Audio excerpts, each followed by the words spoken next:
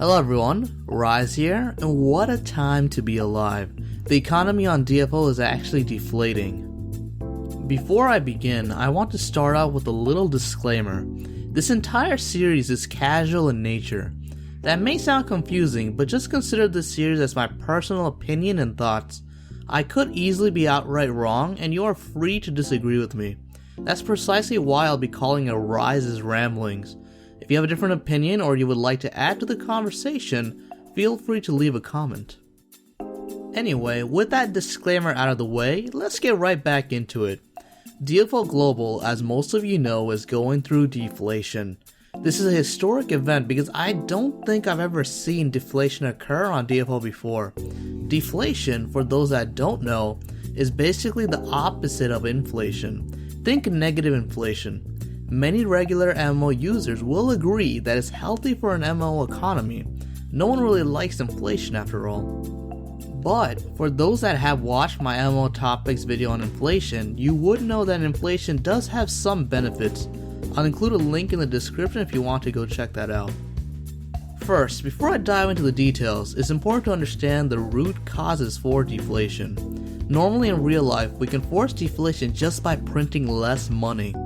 As a side note, most countries don't do that for reasons I won't be going into, but it's definitely doable. We don't really have that kind of option in games, so instead developers invented a different tool to fight inflation, commonly known as a gold sink. Gold sinks is how the game eats your money. It could come in the form of auction house tax or having to pay gold to enter certain dungeons. There's many different kinds of gold sinks, and almost all of them are hated by the community. I don't deny it's for good reason. No one enjoys losing their money. Here's the interesting part.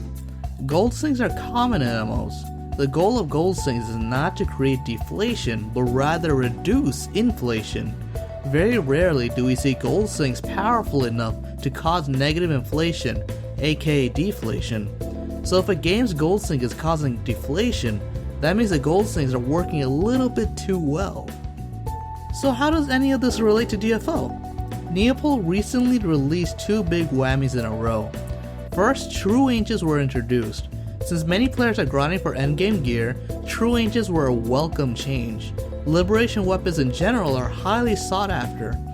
But with True Ancients came entry cost, and that entry cost really affected the economy, to the point of causing minor deflation.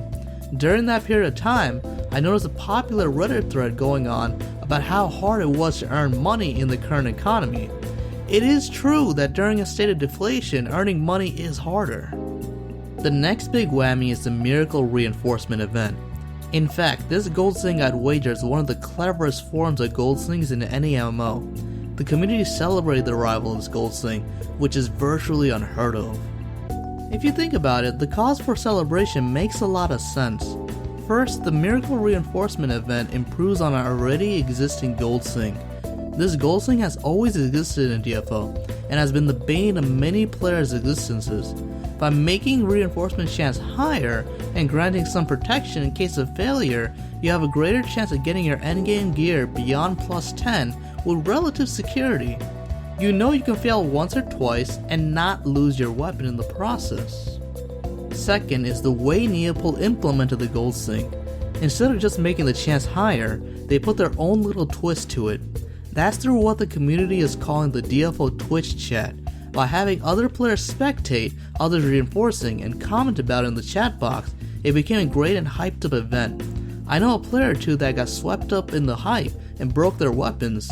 Peer pressure really is scary. There's incentives for the Watcher and the Reinforcer. The Watchers have a chance at getting items by watching others succeed in reinforcing. The higher risk reinforcement, the greater the amount. The Reinforcer gets benefits by having a larger crowd of players watching them. It's a win for both parties. So understandably, gold is draining out of the economy like crazy because of these gold sinks, especially because of the Miracle Reinforcement event. This means items on the market are being sold for less and less. Epic pots are going for 13 million now, and avatar sets are going for 15 million. I've seen people sell for 12 million once. It's crazy. Compare that to the past in which epic pots went for 25 million and avatar sets went for 21 million. Deflation is climbing and is climbing fast. This is probably the first time I've seen deflation grow at this speed in MMO. But here's the real question. Is the rapid deflation a good thing? I'll go over the main pro first. In a state of deflation, whatever amount of gold you have right now is worth much more than it was before. This relates to something in economics known as buying power. Let's say you have $1 and you go to a store. With that $1 you can buy one cookie.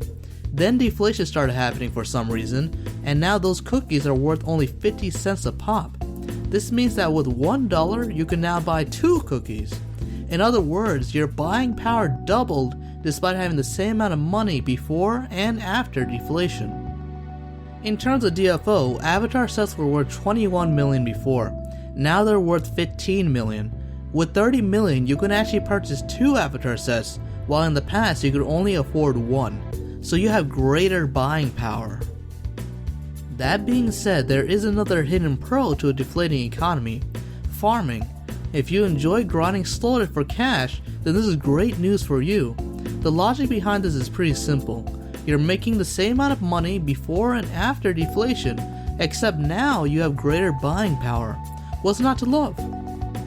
You must be wondering, what is the major con for deflation? Put yourself in the shoes of the sellers. You're trying to make some gold and yet everything is ridiculously cheap. So you decide to hoard your items in the hopes that prices will rise. You figure that if the items rise in price in the near future, you would have lost more money than gained by selling now.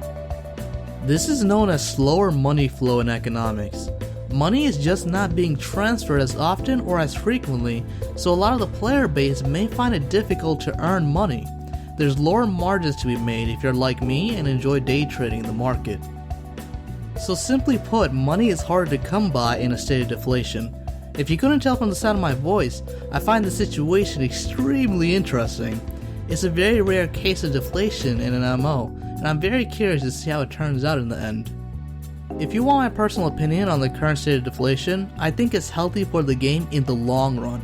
In the short run, there will be many concerns of not earning enough money because of restriction of money flow, but eventually deflation should stabilize. Most likely money flow will start up once again. The margins will be lower, of course, but the smaller margins have greater buying power, so at the end of the day you are still better off. I would go more in depth, but this video is long enough as it already stands.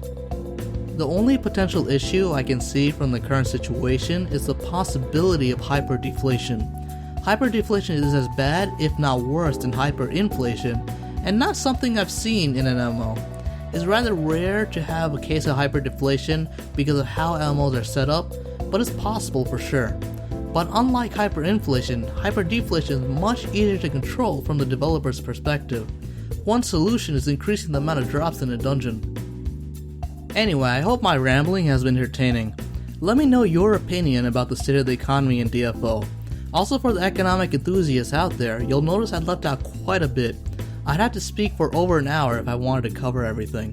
Maybe one day I'll expand upon my thoughts by discussing dynamic and fixed gold rates and all that jazz. Well, now I'm really hungry. All that talking is making me crave for a nice and delicious sub.